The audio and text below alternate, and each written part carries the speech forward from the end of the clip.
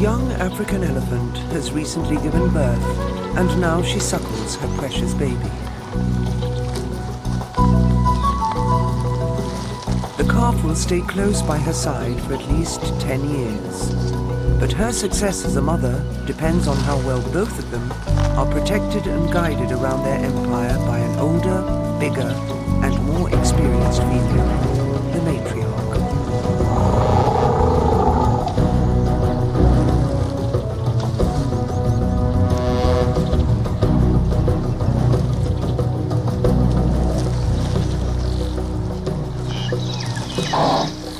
The matriarch is usually the oldest and largest female among a herd of female elephants and their young. All are closely related, and this gives them a strong interest in cooperating when faced with danger. But it is always the matriarch who takes the lead, confronting enemies head-on.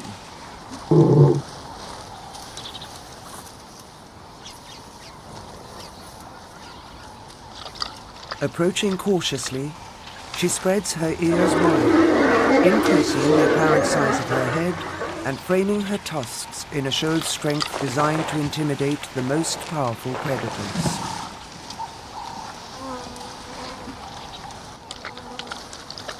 The lioness may not be interested in anything other than a drink, but these big cats kill and eat baby elephants, and the matriarch is not taking any risks. She herds the females into a defensive ring, with their young in the center, and they will hold this formation until the lioness has moved on. It is a tense moment. The lioness may be outnumbered, but she is still full of cunning, and she may not be alone.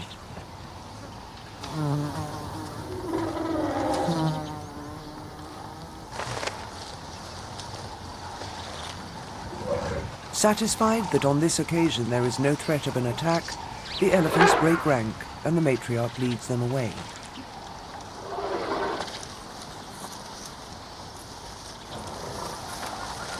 Young elephants are the key to the matriarch's vigilance. Their long period of dependency demands such a powerful commitment, and they grow up in a female-dominated herd where nursing and caring mothers are watched over by the most experienced female. She will be over 40, and she may have inherited the mantle of responsibility from her mother. Now she is followed by her own daughters and sisters with their young male and female calves, each a precious investment to be cherished.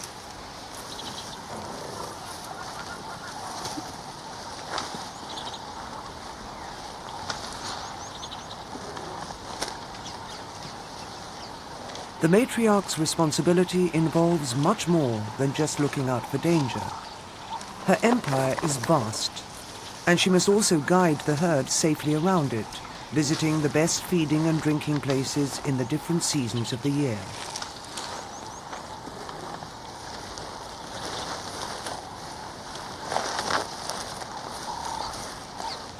While the young mothers are preoccupied with the immediate needs of their calves, the matriarch leads the way.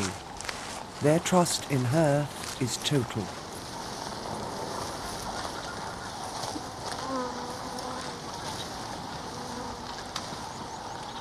Modern African elephants have lived like this for at least 1 million years, plodding along pathways pioneered by their ancestors 65 million years ago.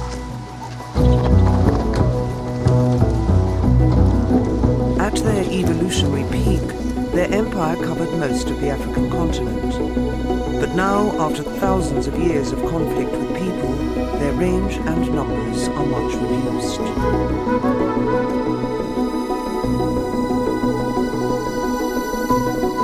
One country where they still flourish is Botswana in southern Africa.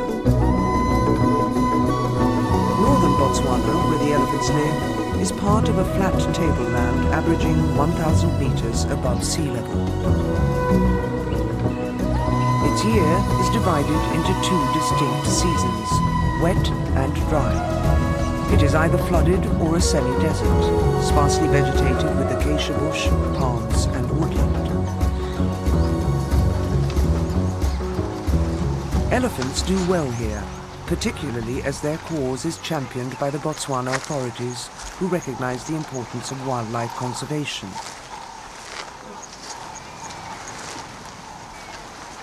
The dry season is well advanced, and the matriarch leads the way to permanent water.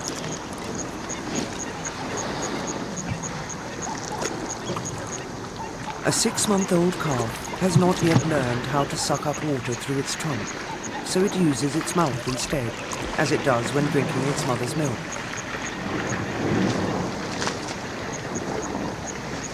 Finding this flowing river during the dry season was no lucky accident. The matriarch would have been brought here many times as a youngster, and she would have committed its whereabouts to memory. And now, the youngsters in her care are doing just the same. But calves are always vulnerable, and danger is never far away. The lions are still watching, waiting for an opportunity to strike. Aware that they are being watched, the matriarch leads her family away from the river in tight formation. While there is no need for further defense, something about the lions is not alarming the matriarch this time. A 10-year-old calf still seeks the close physical comfort of its mother's body.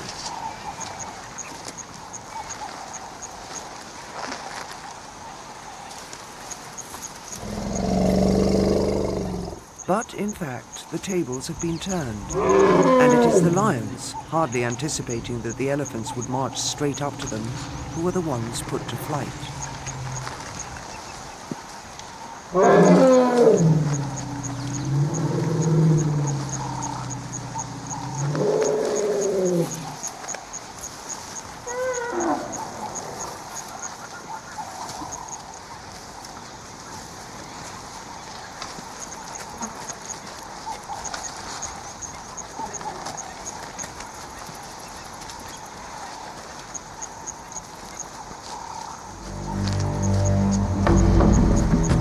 Something a bit more exposed than a well-guarded baby elephant, like a warthog, might suit the lions better.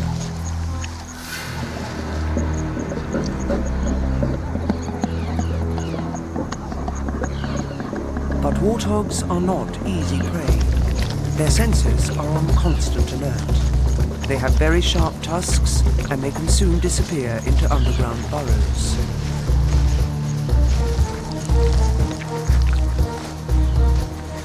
So the lions hunt them as a team, taking up their positions according to the best available cover.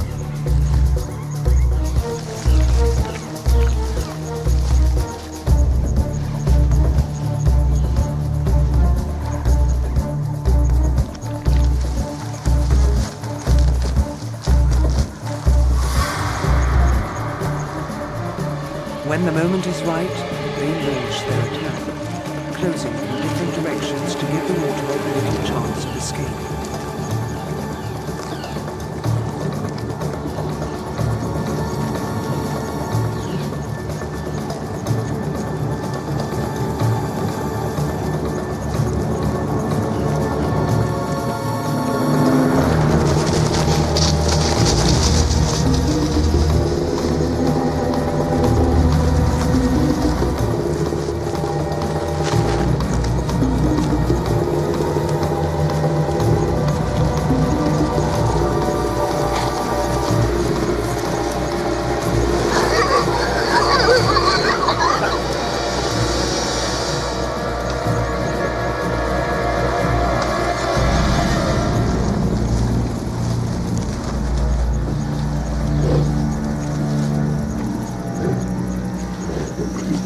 There is no escape from the vice-like jaws clamped onto its windpipe.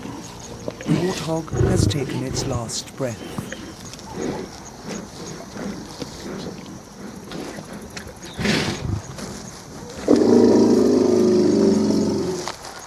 For any matriarch, living among lions is a perilous business. As many as 1/3 of the young in her care will be singled out and eaten, not just by lions, but by hyenas as well. Where the pride of lions is large, one small pig will not satisfy many hungers.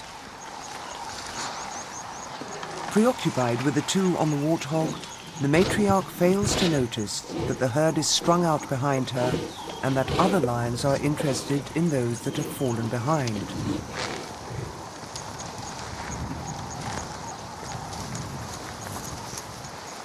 The lions will not make a move until they sense a weakness.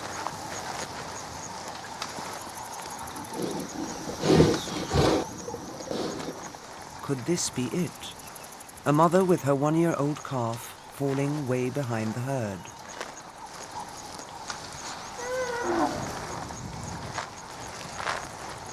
Isolated from the matriarch, she turns and goes through her defense routine.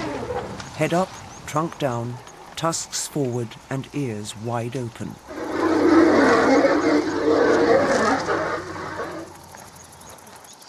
Even her tail is held out horizontally.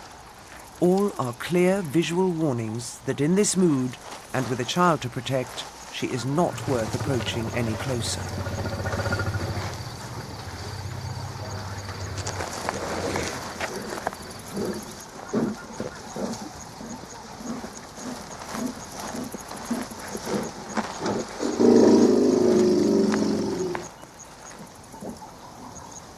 The lions are in no hurry. Killing baby elephants is a dangerous pastime, and they will leave them well alone if the odds against success are too high.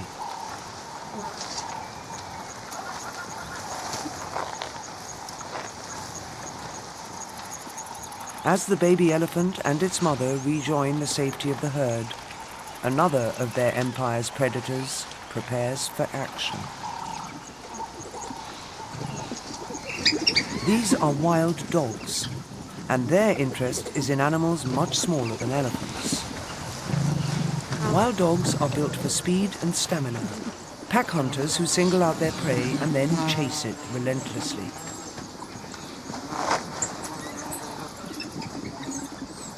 Young dogs, the single litter of a dominant male and female, are supported by several subordinate adults.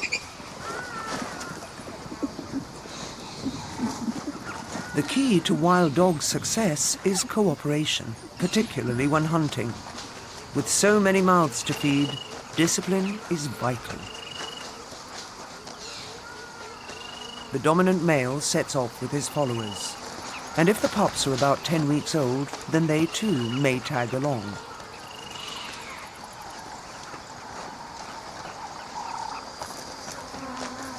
Once the lead male has selected an individual impala, its chances of escape are low.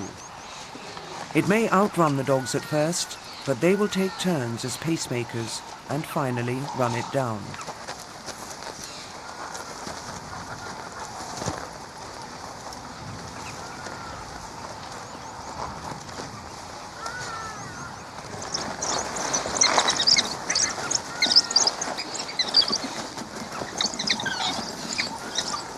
They are not tidy killers, but after a 5-kilometer, 40-kilometer-an-hour chase, the impala will have been too exhausted and shocked to feel much pain.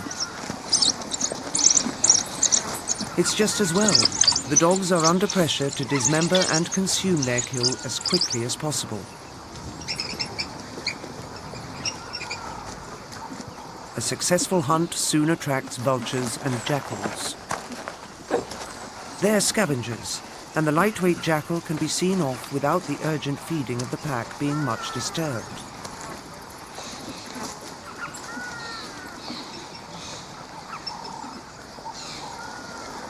But a hyena is a different proposition.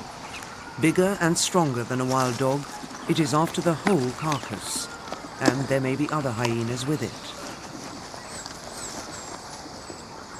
The benefits of cooperation are quickly realized.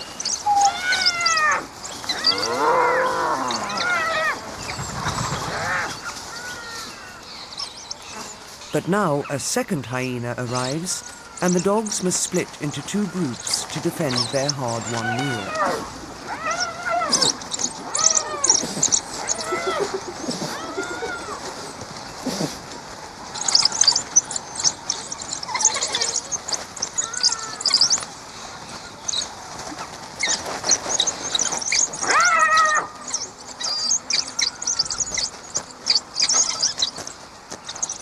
Losing the first battle to superior numbers is not enough to deter the hyenas. They'll bide their time and try again later. The more the dogs eat, the more tolerant they become. The hooded vultures can now feed quite close, and even the hyenas sense a new opportunity.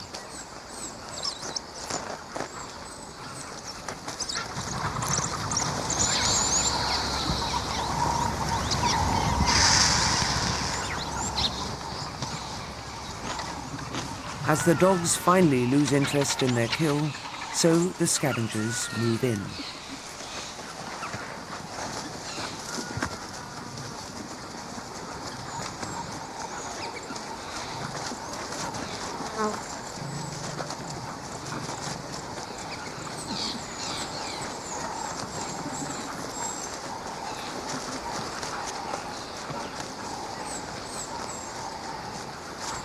And the little jackal is nothing if not persistent.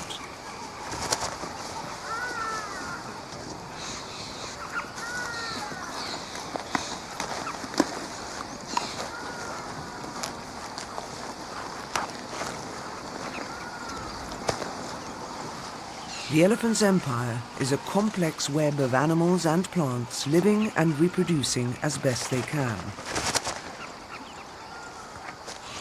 Their varied lifestyles show how many different ways there are to do this.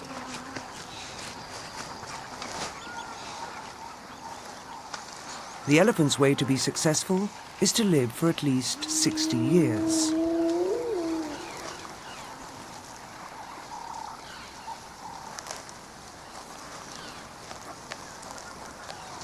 Each 24-hour period is a challenge, particularly in the dry season when food and water are in short supply and temperatures are above 40 degrees Celsius. But keeping cool is not so difficult when 14 litres of hot body blood can be pumped into large, thin ears every minute. By waving these giant flaps, excess heat is lost to the cool air passing over them.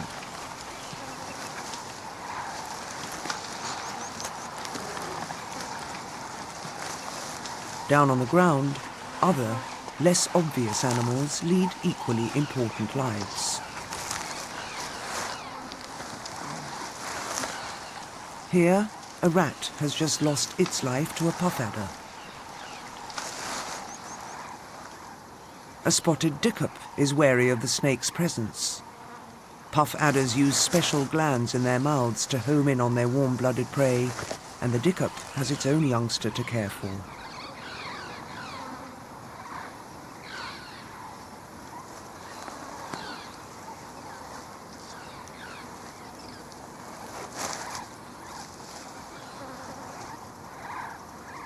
Of 2 eggs hatched, 1 chick has already gone.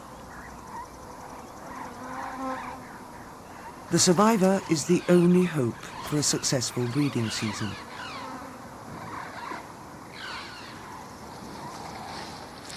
Bat-eared foxes will also eat baby birds.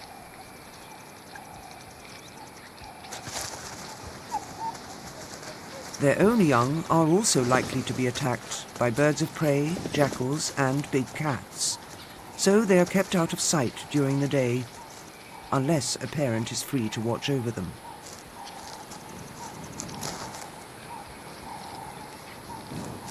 The cubs already have the large ears that will help them pinpoint insects below ground in the dead of night.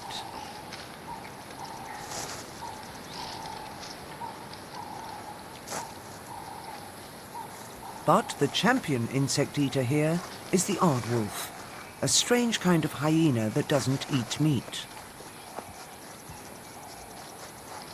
It is getting close to the foxes now and causing some concern. Their young may be safe from the aardwolf, but their arched displays ensure that it keeps its distance. For the aardwolf, 250,000 termites would make a much more satisfying meal.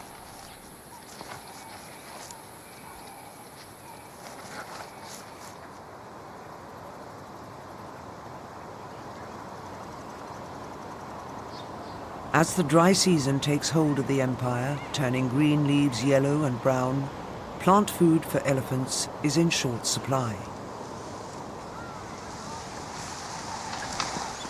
They are not good at digesting the tough cellulose of plants, and this forces adults to eat up to 150 kilos of food every day.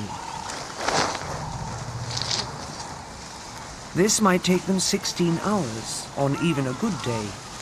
But when they have to work so hard for every mouthful, there is little time for anything else in their 24-hour day.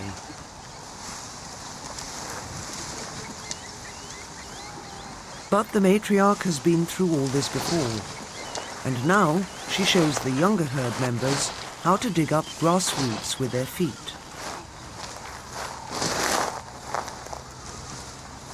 When there's no rain and the sun burns their leaves, plants can withdraw essential nutrients below ground, and it is a successful elephant that learns this.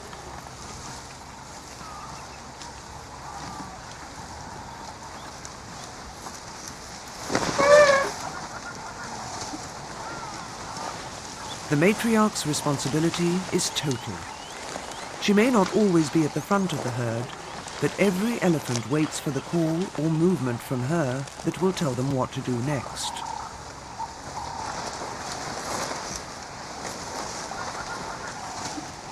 And where they go, the cattle egret follows, hoping for insects disturbed by those enormous feet.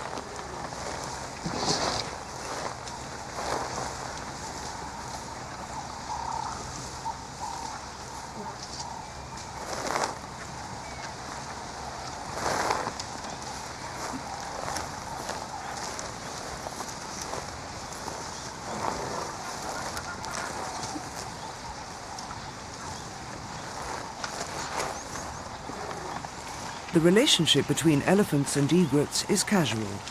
There is nothing in it for the elephants, and the egrets come and go as they please.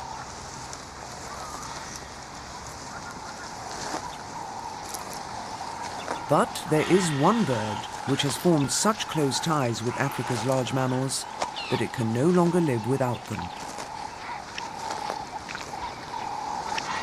Giraffes are one of those mammals that carry a permanent number of small, starling-like birds called oxpeckers or tick birds.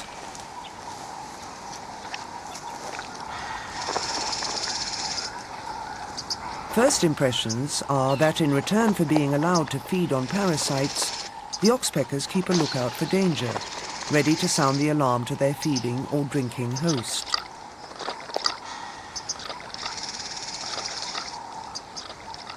But oxpeckers are more selfish than this. They barely raise any alarm, and what they are really after is their host's blood. They are parasites themselves, exploiting animals who can do very little to stop them.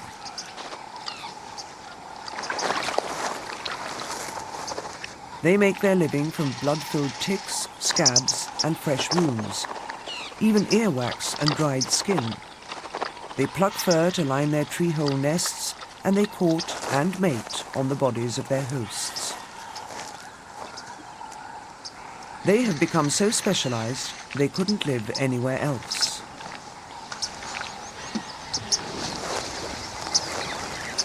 But for some reason, they don't live on elephants. Elephants do have ticks, but they also have a first line of defense against sharp claws on their exposed skin. They have their trunks, one of the most versatile organs in the whole animal kingdom. With these, they can spray their bodies with 10 or 15 liters of water at a time, and they can do the same with dust. They can even reach round to their shoulders and tummies and deliver a blast of air to any unwelcome birds.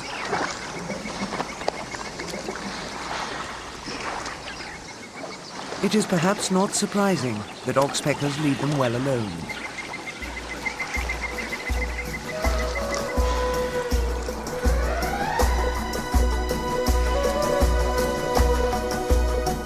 Northern Botswana has been without rain for 5 months. Only the deepest lagoons remain, and even they are shrinking fast.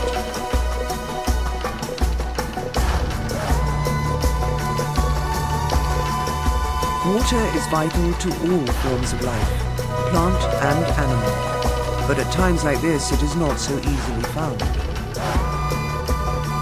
Some plants, though, can survive by using long roots to tap underground water, and their success attracts animals.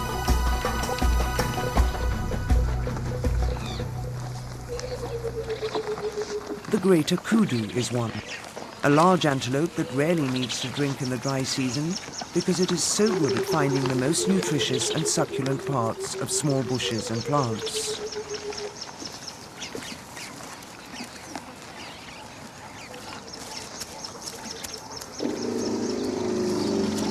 The kudu is also able to minimize the wastage of water in all its bodily functions.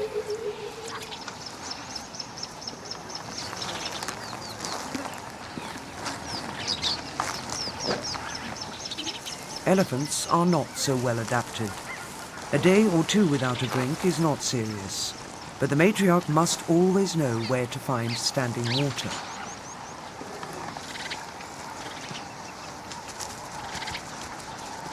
Baboons must drink every day and walk up to 10 kilometers in the dry season just to find good water.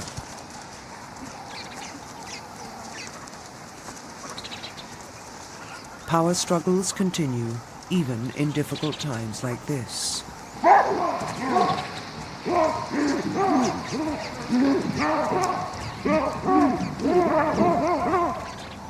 Junior males will always need to be put in their place.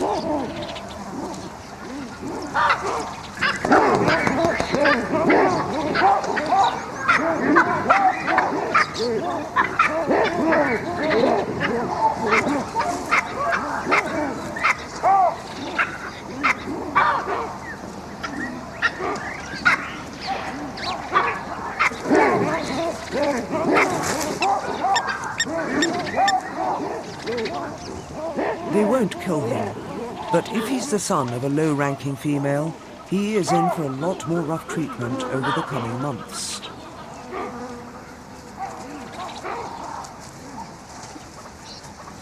It's time the females got their very young out of harm's way.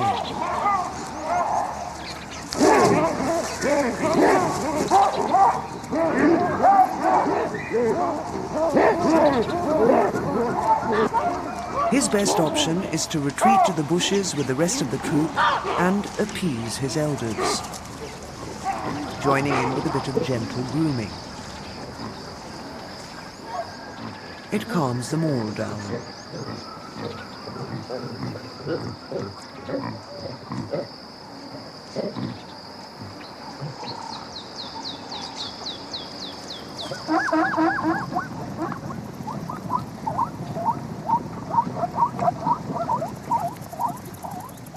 Zebras toiling in the heat, their never-ending search for water.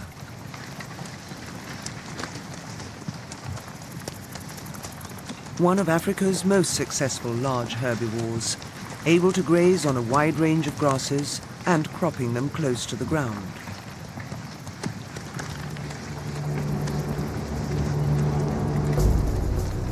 But zebras need plenty of water, so they follow the rains as they break around the elephant's empire.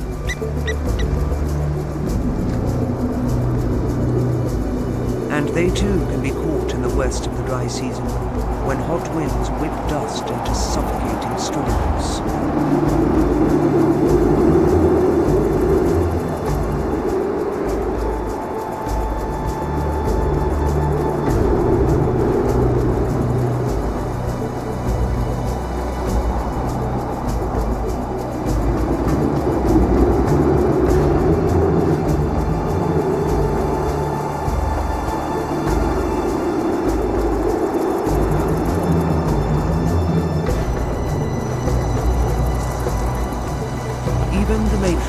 may never have experienced this sort of thing before. She keeps the herd in a tight, protective huddle, uncertain and isolated on the vast storm-swept plain.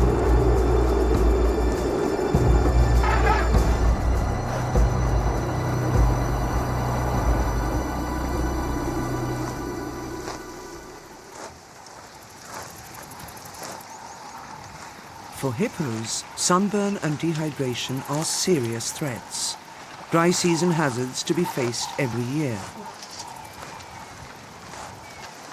They come out of their lagoon at night to feed, but as their favorite grasses dry back, the hippos must walk further to find them. A round trip of 35 kilometers to eat 40 kilos of grass takes time. The burning sun is already upon them.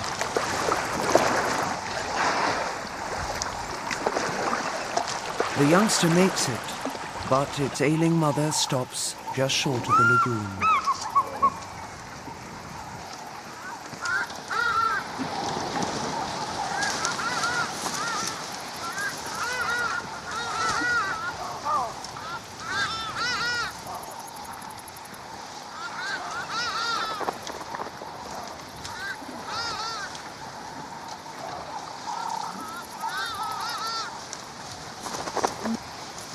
As the water recedes, the wildlife becomes more concentrated around its edge.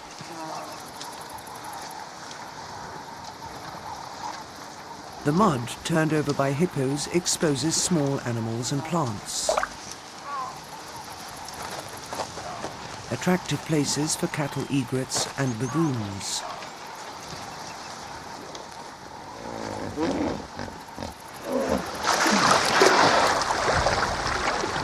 But for the hippos themselves, things are getting serious.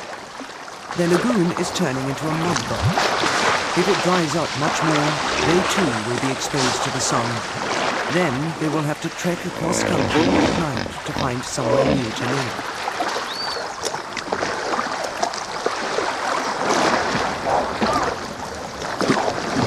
Without them, the lagoon will be a less productive place. They turn over and aerate the mud, and their dung is a natural fertilizer, driving a food chain that local birds like lily-trotting jacanas and hammercocks depend upon.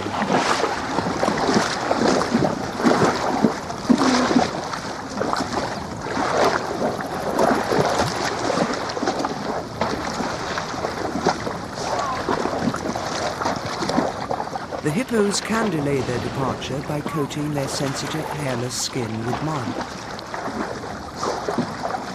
But this, in itself, will not be enough to save them.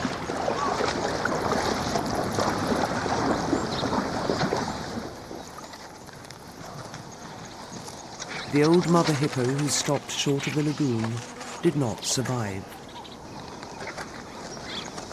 She weighs 2 tons, and there is plenty of meat for scavengers.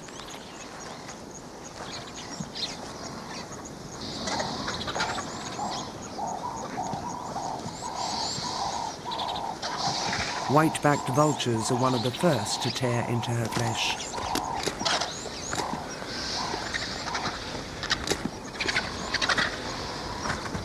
But the vultures have now got some unusual company.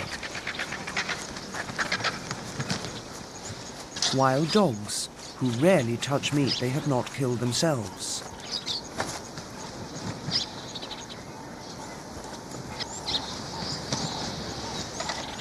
The more than passing interest of the dogs in the dead hippo speaks for itself. They must be having real problems running down their usual prey at this difficult time of year.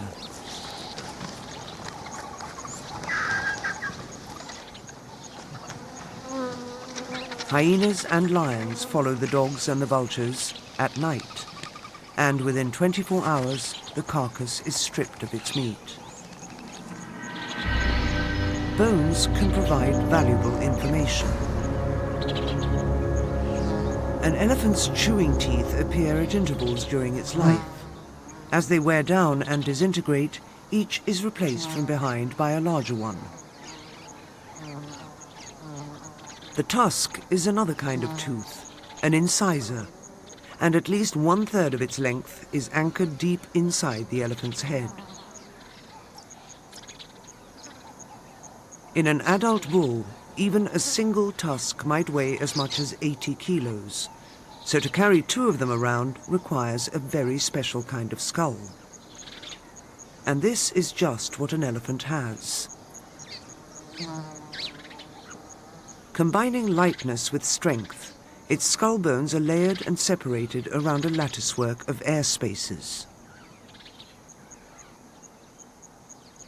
It is a marvel of engineering, also providing the surface area for muscles large enough to support the trunk as well as the heavy tusks. It will take years for the skeleton of an elephant to decay completely.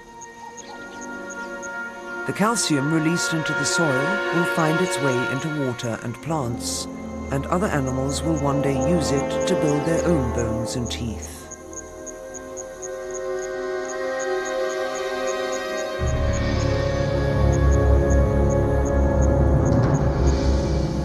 What a contrast to the speed with which protein-packed meat from around the skeleton can be converted into the bodies of other animals. In life, the elephant had a strong role to play as a carefully constructed social animal. In its premature death, it is denied any further part in this, but its body is not wasted. It belongs to a dynamic African system in which animals and plants, dead or alive, are in some way contributing to the communities around them.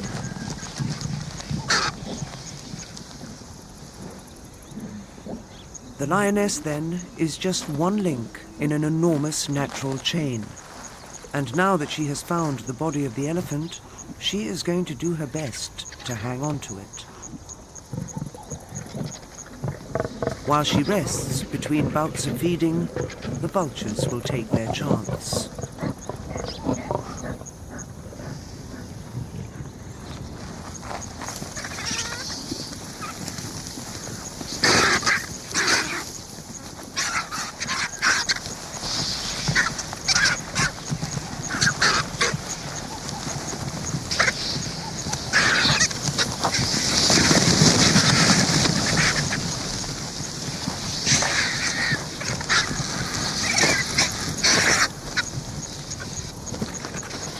It is the end of the dry season, and scavengers will be finding many carcasses like this. Fresh meat also contains water, so many of their daily needs will be catered for by the elephant's misfortune.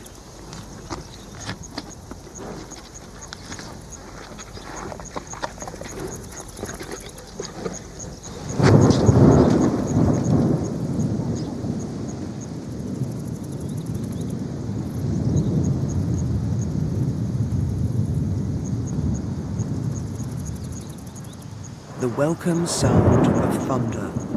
The rains have arrived at last.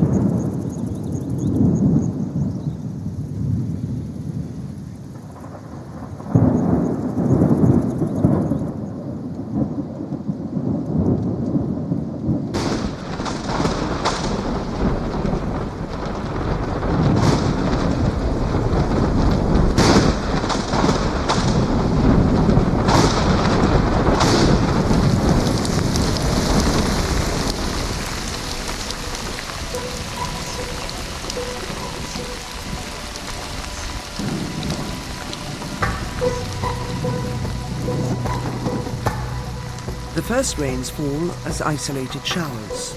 When they become more frequent, the elephant's empire will respond in spectacular ways.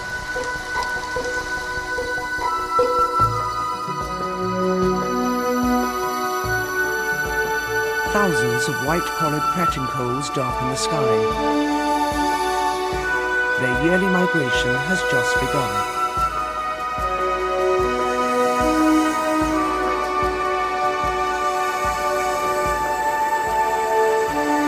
The pratincoles will stop off at the lagoon for 2 or 3 days for rest and feather maintenance.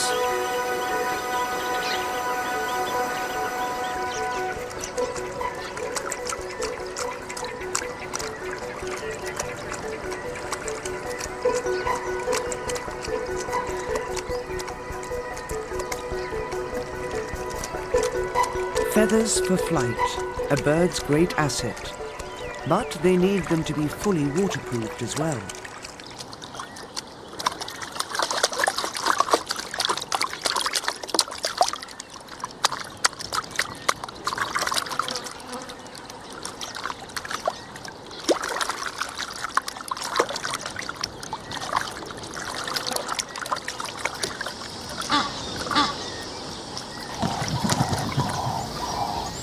The slowly filling lagoons also provide feeding opportunities.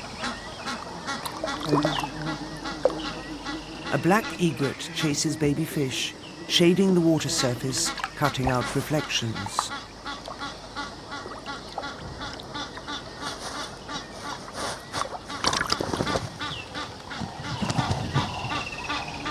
Woolly-necked storks go for frogs, attracted to the new shallows to spawn. Their massive beaks can grip these slippery amphibians and maybe break them up a little before swallowing.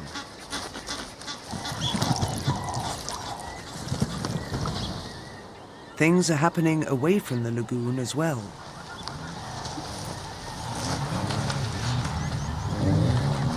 Wildebeest are starting to drop their calves.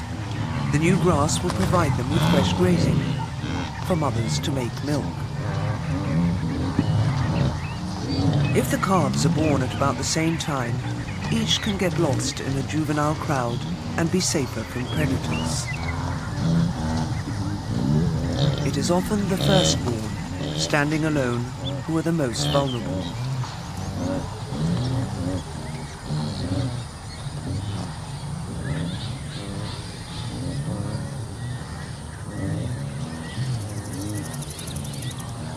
Egyptian geese abandon the lagoon to harvest protein-rich grass seed. They are easily outnumbered here by knob-billed geese, but the early flowering grass produces a glut of seeds, and no bird will go hungry.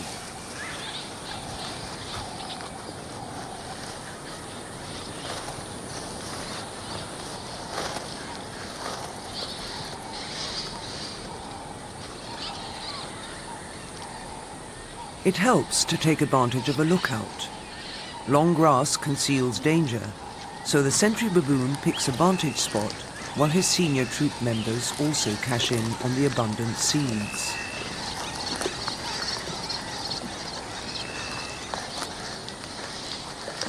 Tall grass works both ways. Those who are hidden can also be approached. A leopard might find baboon stalking quite easy here, were it not for those keen eyes perched 3 meters off the ground. The zebras may also benefit from feeding close to the vigilant baboon. So might impala.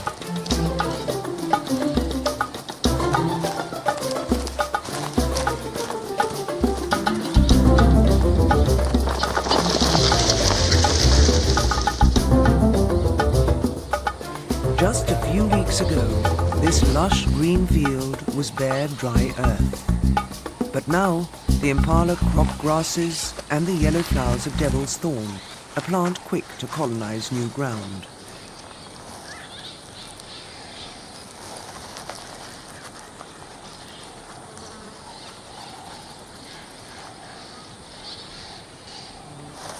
In this sudden time of plenty, wild dogs no longer need to scavenge dead animals, but they still rely on sight to locate their prey, and the long grass does not help.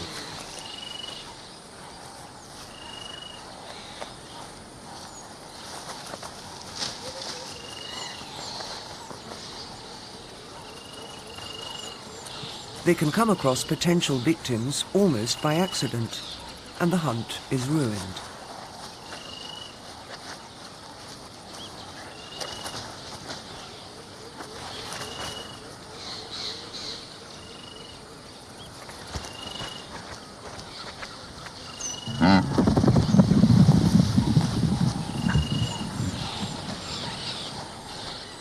The dogs are not the only ones adjusting to the new season.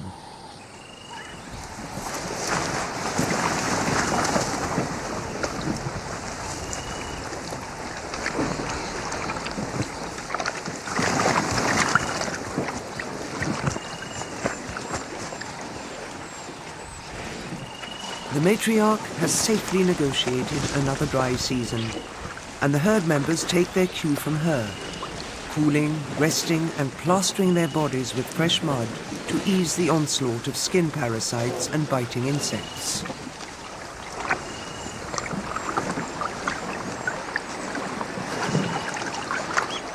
Some youngsters have to learn the hard way that there are no advantages to staying dry and clean.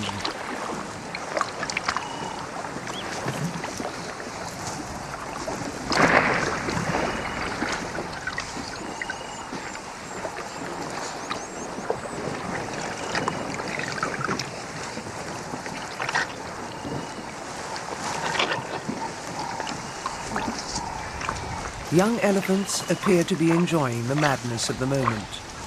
But this is a large herd, probably several that have come together, and it is not difficult for them to experience the threatening sensation of being cut off from their mothers. It could be for the first time ever, and panic sets in.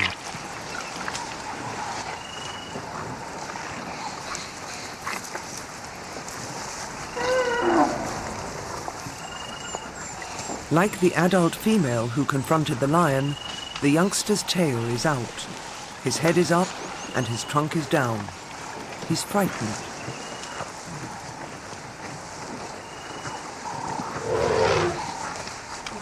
He is ignored by a female who may not know him, and all he needs is the close physical comfort of an elephant that cares, preferably his mother.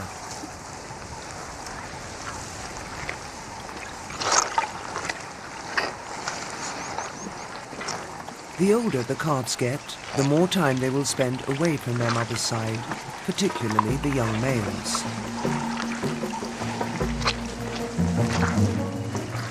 Puberty is now upon them, and they engage in the mini power struggles that will dominate their later years in bachelor herds.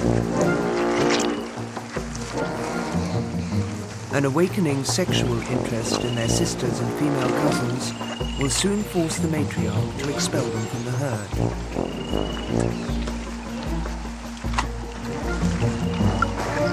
But they will be back, though not for 20 years, and not to the same herd where their female relatives have remained.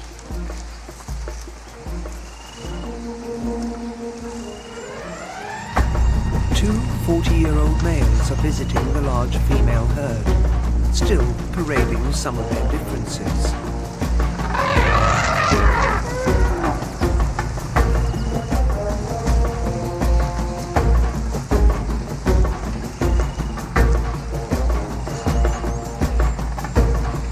Both are in peak sexual condition, their bodies charged with testosterone, the male hormone that makes them aggressive and so attractive to female elephants.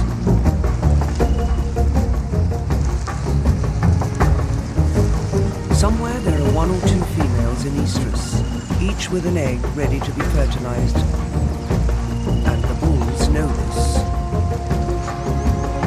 They were attracted to the herd in the first place by the special calls and smells of females ready to mate.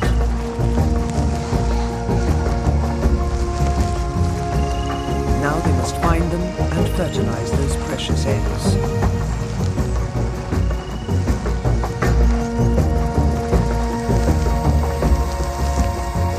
The pregnant female will carry the developing calf inside her body for 22 months. The matriarch, herself a mother, will assume the greatest responsibility, not only for the female, but also for the new baby after it is born.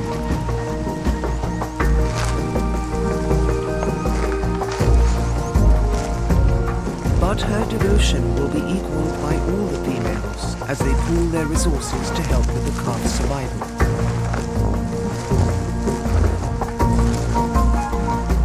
If it is a baby girl, it will stay in this herd for the rest of its life, and one day she may herself assume the role of matriarch. The all-powerful female elephant who has risen to the top after 40 years of motherhood and learning, and who now guides younger females and their babies around her vast